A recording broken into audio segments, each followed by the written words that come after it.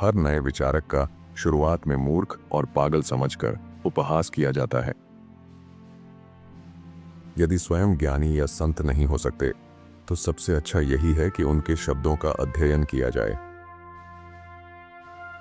हम में से अधिकांश शांति और स्वतंत्रता की कामना करते हैं, लेकिन बहुत कम लोग उन विचारों, भावनाओं और कार्यों को लेकर उत्साहित होते हैं जो इन्हें संभव बनाते हैं। हर ऊंचाई जो हम छूते हैं वही आगे चलकर हमारी नई बुनियाद बन जाती है।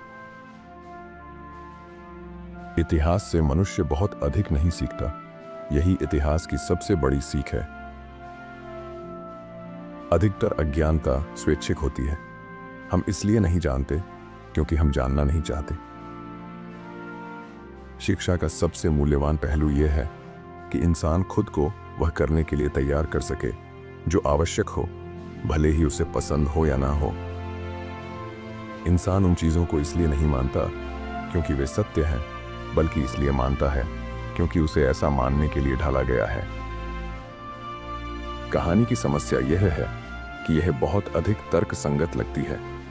वास्तविकता कभी भी तर्कसंगत नहीं होती। हर व्यक्ति की स्मृति उसकी निजी साहित्यिक धरोहर होती है। हम सभी 10 वर्ष की आयु तक प्रतिभाशाली होते हैं। अनुभव केवल उन्हीं को सिखाता है जो सीखने योग्य होते हैं। जब सूरज उगता है तो वह सभी के लिए उगता है।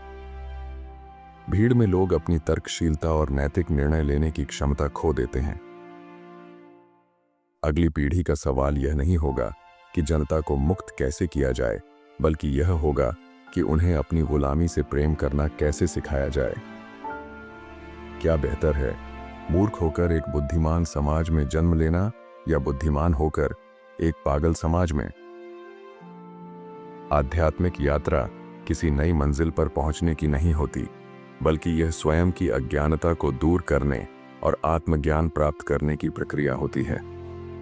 खुशी कभी भी खुशी की तलाश से प्राप्त नहीं होती, बल्कि यह अन्य गतिविधियों का स्वाभाविक परिणाम होती है।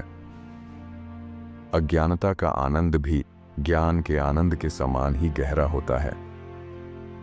बच्चों को व्यवस्थित रूप से यह सिखाने की कोई व्यवस्था नहीं है कि सत्य और असत्य में क्या अंतर है, क्योंकि उनके बड़े उन्हें यह शिक्षा देना ही नहीं चाहते। यह संभव है कि लोगों को उनकी गुलामी में भी संतुष्ट बनाया जाए। इतिहास में ऐसा हो चुका है और आज के दौर में इसे और प्रभावी तरीके से किया जा सकता है। अधिकांश मनुष्यों में चीजों को सहज रूप से स्वीकार करने की असीम क्षमता होती है। मौन के बाद जो सबसे अच्छी तरह अव्यक्त को व्यक्त कर सकता है वह है संगीत। मनुष्य अपनी ही चमक धमक से सम्मोहित हो जाता है।